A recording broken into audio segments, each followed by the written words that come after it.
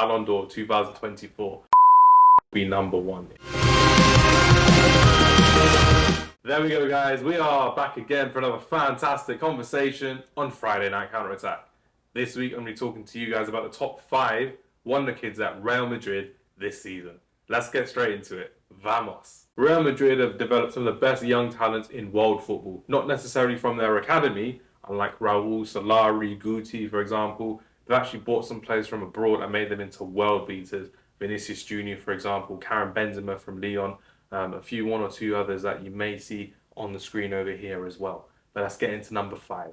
Aurelien Tchouameni.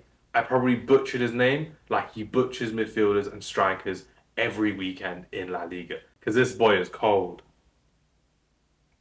He is cold. He's a midfielder that I think every team in the world would love to have. He's the ideal replacement for Casemiro and he's looking ready to take on La Liga and make that starting position in that 4-4-2 diamond his own under Carlo Ancelotti.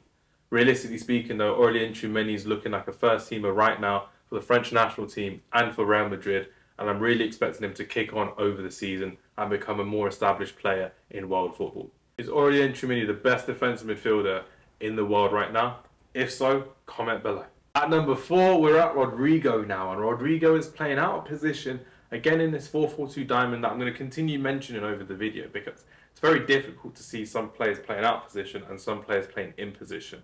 Rodrigo is playing out of position right now and is playing as a striker against the defences of La Liga and the Champions League, where he's used to be playing as a right winger or the left winger, and realistically speaking, not really turning up in the games where we expected him to play. Ideally, his natural position is taking on wingers down the wing, cutting inside and outside and using both feet, and of course scoring with his head, like he did against Manchester City in the semi-finals of the Champions League in 2022. However, Rodrigo is now under another new task under Carlo Ancelotti to develop himself as a goal scorer, because when there's no width in this team created by the strikers, it's looking like they're going to have to go out wide themselves, and they've got license to do so.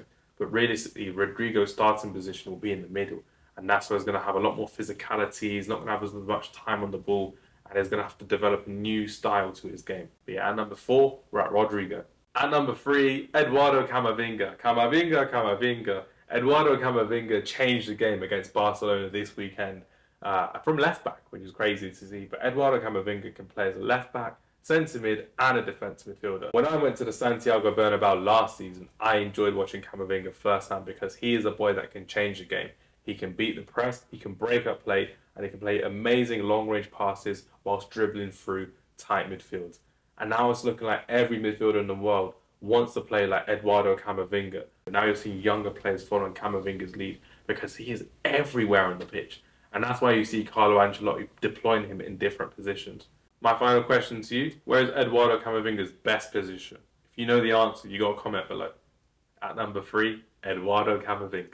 At number 2, you're going to disagree, but I'm going Vinicius Jr for this one. If you disagree, you've got to comment below why Vinicius Jr is number 1 and not number 2. Also this season, he's come back from an injury, 2 goals, 1 assist, and is playing as a striker as opposed to playing as a left winger, where we've all loved watching Vinicius Jr. I mean, the racist fans haven't really watching Vinicius Jr. because they're just racist people. Say no to racism, people. Vinicius Jr. is playing in an unfamiliar position, in an unfamiliar role with Carlo Ancelotti, so both Rodrigo and Vinicius are playing out of positions with freedom to play as wide wingers going forward. They have permission to play as wide strikers going forward and taking on both the fullbacks and the centre-backs respectively. We all know Vinicius Jr. loves to take on a player 1 versus 1. We love the fact that he can take on a player, he can dribble, he can do Rabonas and rainbow flicks and everything that we love to see about football. Vinicius Jr. has that in abundance, and I'm looking forward to seeing how he takes on this challenge, just like Rodrigo in playing in a new system under Carlo Ancelotti. Is Rodrigo and Vinicius Jr. the most underrated duo in world football right now? If so, comment below. At number 1, finally, we made it. Drum roll please, Jude Bellingham. Jude Bellingham at number 1. Real Madrid's number 5 is my number 1. Because I believe from next season, Ballon d'Or 2024, bold claim alert, Jude Bellingham will be number 1 in the world. Jude Bellingham scored 10 goals, 2 assists in 10 La Liga games this season, including 2 incredible goals against Barcelona this weekend. What more can we say about Jude Bellingham that we haven't said already? We've said it on our podcast, we've said it on our live streams, we're saying it now on our video to YouTube. What more can't Jude Bellingham do? He is a leader, he is tenacious, he is ferocious, he's there ready to kill a game from minute 1 to minute 95, and he's doing that every week for Real Madrid this season. There is no test that Jude Bellingham can't pass, and the fact of the matter is, Carlo Ancelotti is building this team around Jude Bellingham. He is playing Jude Bellingham like he played Kaká at AC Milan in 2003. He has profiled him brilliantly. Again, I'll need you to answer my question. Ballon d'Or 2024, are we going to see Jude Bellingham there? If so, comment below. Top 5 wonder kids at Real Madrid: Aurelien Tchouameni, Rodrigo, Eduardo Camavinga, Vinicius Jr, and Jude Bellingham. If you agree or disagree, you've got a comment below, and you've definitely got a comment in your top 5 list.